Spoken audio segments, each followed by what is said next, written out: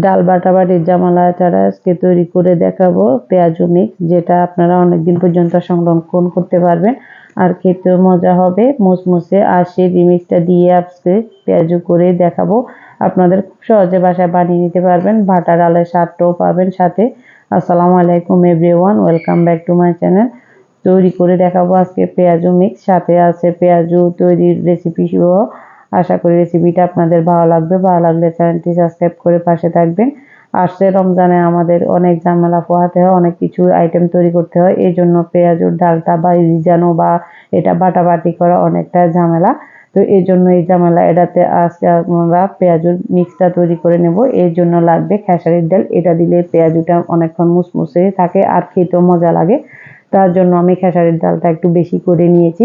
আপনারা চাইলে 1 KG 5 KG নিতে পারেন, তাহলে বাইরে থেকে ভাঙিয়ে নিয়ে আনতে পারবেন, আর ঝামেলা রইল না। তো দিয়ে দিচ্ছি 1 কাপ খেসারির ডাল, দিয়ে দিচ্ছি 1/3 কাপ করে বুটের ডাল আর মসুরের ডাল, যেটা সবার বাসায় থাকে। এবার পর্যাপ্ত পরিমাণে পানি দিয়ে আমি কষলিয়ে ভালো করে এটাকে ধুয়ে পরিষ্কার করে নেব। নিয়ে এটাকে পানি ঝরিয়ে নিয়েছি, নিয়ে একটা ছড়া প্লেটে আমি কড়া রোদে একদিনই শুকিয়েছি, একদিনে এটা খুবই মুসমুসে হয়েছে।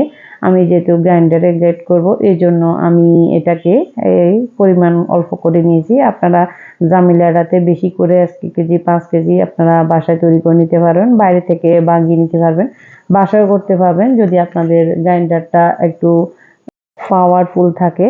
তো আমি যেহেতু অল্প করে নিয়েছি, এই জন্য আমি গ্রাইন্ডারে করে নিচ্ছি। আমি 2 থেকে 3টা পাঁচ দিয়ে এটাকে আধ ভাঙ্গা করে নিয়েছি। একবার কিছুটা ফাইন পাউডার হচ্ছে, কিছুটা আধ ভাঙ্গা রয়েছে। তো এইভাবে করে আমি ভাঙিয়ে নিয়েছি, একদম প্লেন পাউডার করিনি। তো আপনারা এরকমভাবে করবেন। তো একটা বাড়িতে আমি এটাকে ঢেলে নিচ্ছি। তো এখান থেকে আমাদের পেঁয়াজু মিক্সটা রেডি হয়ে গেল। এবার এটাকে দিয়ে আমরা পেঁয়াজু বানিয়ে নেব।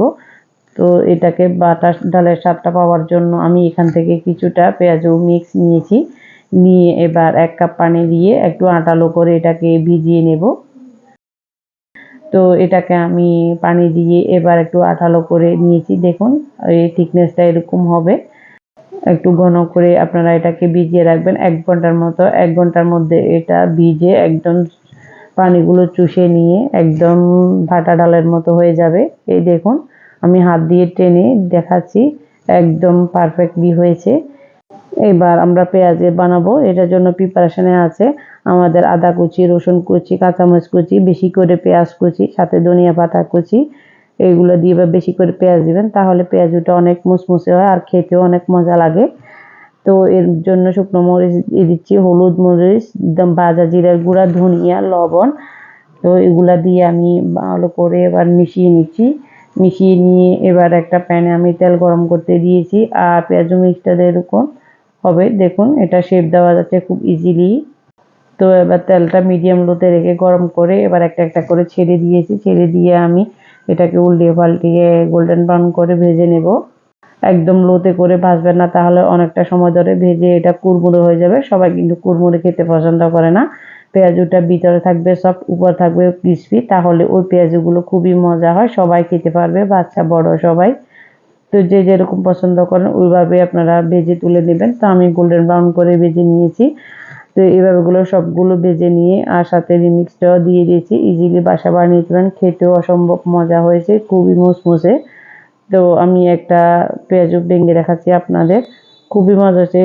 আশা করি আপনাদের উপকার আসবে। আজ এই পর্যন্ত, দেখাবো অন্য কোনো রেসিপি নিয়ে। আল্লাহ হাফেজ।